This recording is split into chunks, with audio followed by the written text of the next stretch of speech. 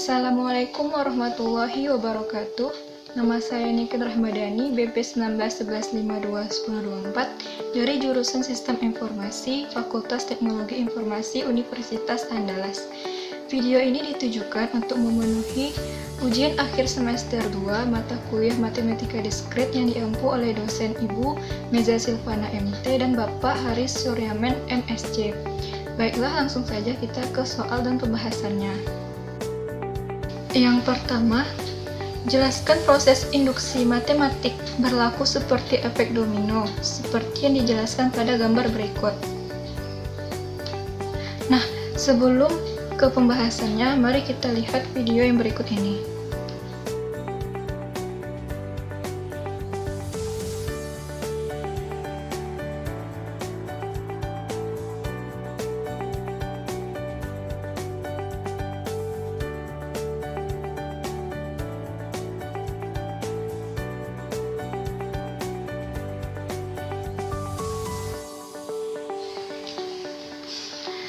Pada video tadi, saat domino pertama dijatuhkan, maka domino yang kedua akan ikut jatuh. Begitupun dengan domino ketiga dan domino selanjutnya.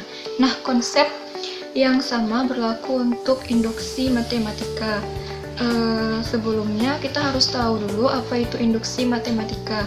Induksi matematika adalah metode pembuktian yang sering digunakan untuk menentukan kebenaran dari suatu pernyataan yang diberikan dalam bentuk bilangan asli. Langkah-langkah induksi matematika yaitu membuktikan bahwa rumus atau pernyataan tersebut benar untuk n sama dengan 1. Kemudian mengasumsikan bahwa rumus atau pernyataan tersebut benar untuk n sama dengan k. Selanjutnya membuktikan bahwa rumus atau pernyataan tersebut benar untuk n sama dengan k tambah 1. Dari video efek domino tadi, yang pertama kita lakukan adalah pembuktian pernyataan Pn memiliki nilai benar untuk n sama dengan 1. Jika domino pertama jatuh, maka domino yang kedua juga harus jatuh. Jika domino yang kedua jatuh, maka domino yang ketiga juga harus jatuh.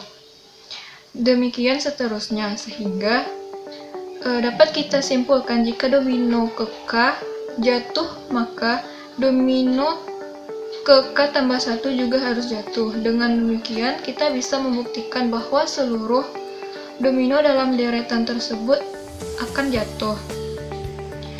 Demikian juga dengan induksi matematika, kita harus membuktikan jika PK benar, maka PK tambah 1 juga harus benar.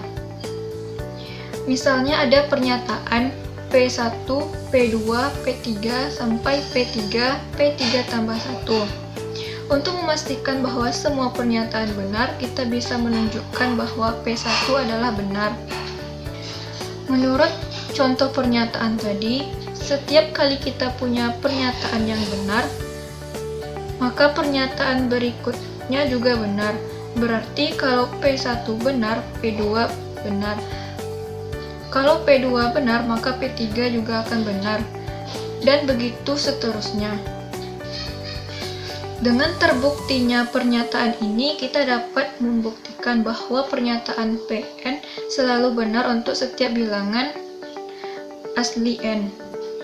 Untuk lebih jelasnya, kita lihat contoh induksi matematika, yaitu 1 ditambah 2 ditambah 3 ditambah tambah n sama dengan setengah n dikali n tambah 1. Penyelesaiannya yaitu yang pertama, langkah 1, n sama dengan 1, kita ubah semua n menjadi 1. Jadi 1 sama dengan setengah 1 dikali 1 tambah 1. 1 sama dengan setengah kali 2. Jadi hasilnya 1 sama dengan 1. Pernyataan ini benar. Kemudian lanjut ke langkah kedua, yaitu n sama dengan k, kita ubah n menjadi k, dimana 1 ditambah 2 ditambah 3 ditambah sampai dengan tambah k sama dengan setengah k dikali k ditambah 1. Pernyataan ini kita anggap benar. Kemudian lanjut ke langkah ketiga, di mana n sama dengan K ditambah 1, yang dimana pernyataannya menjadi 1 ditambah 2 ditambah 3 ditambah sampai dengan K ditambah K tambah 1 sama dengan setengah kali K tambah 1 dikali K tambah 1 tambah 1. Jadi di setiap masing-masing ruasnya kita tambahkan K tambah 1.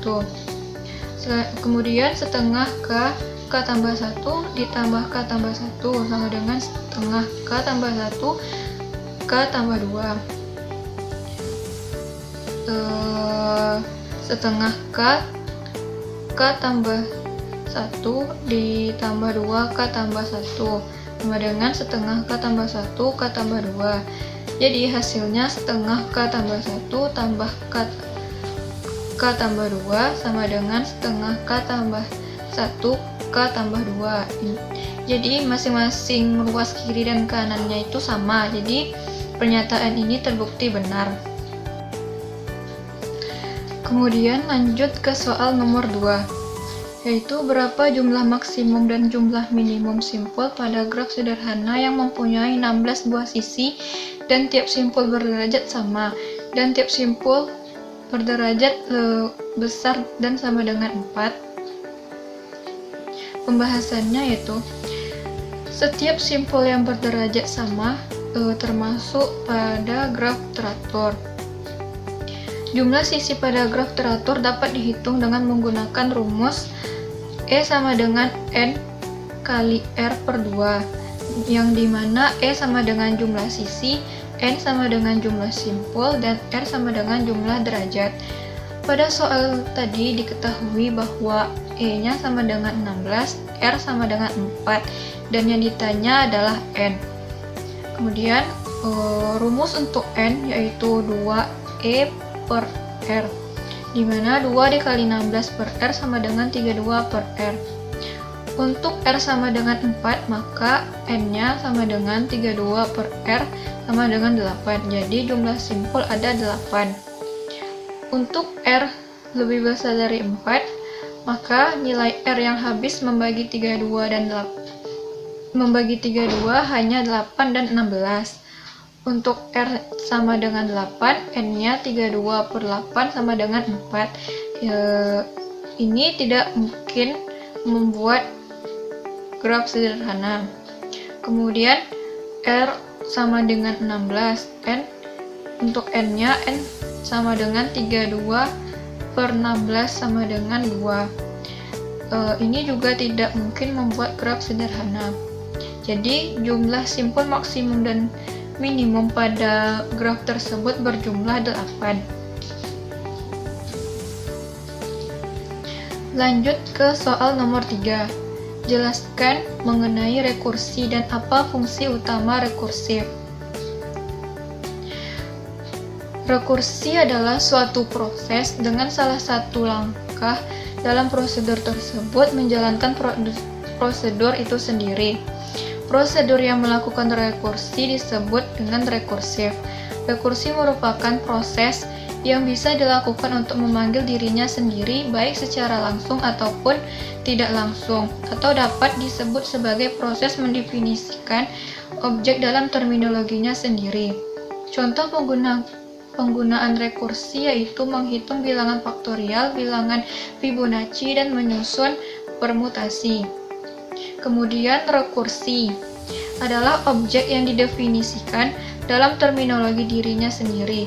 Fungsi rekursif didefinisikan oleh dua bagian, yaitu pertama basis, yang dimana basis ini merupakan bagian yang berisi nilai fungsi yang terdefinisi secara eksplisit. Bagian ini juga sekaligus menghentikan rekursif dan memberikan sebuah nilai yang terdefinisi pada fungsi rekursif. Kemudian ada recurrence. Bagian ini mendefinisikan fungsi dalam terminologi dirinya sendiri, berisi kaidah untuk menemukan nilai fungsi pada suatu input dari nilai-nilai lainnya pada input yang lebih kecil. Baiklah, ini ada video dan gambar yang menunjukkan penggunaan pada rekursif. yang dimana video ini dan foto-foto ini menunjukkan bahwa adanya perulangan di setiap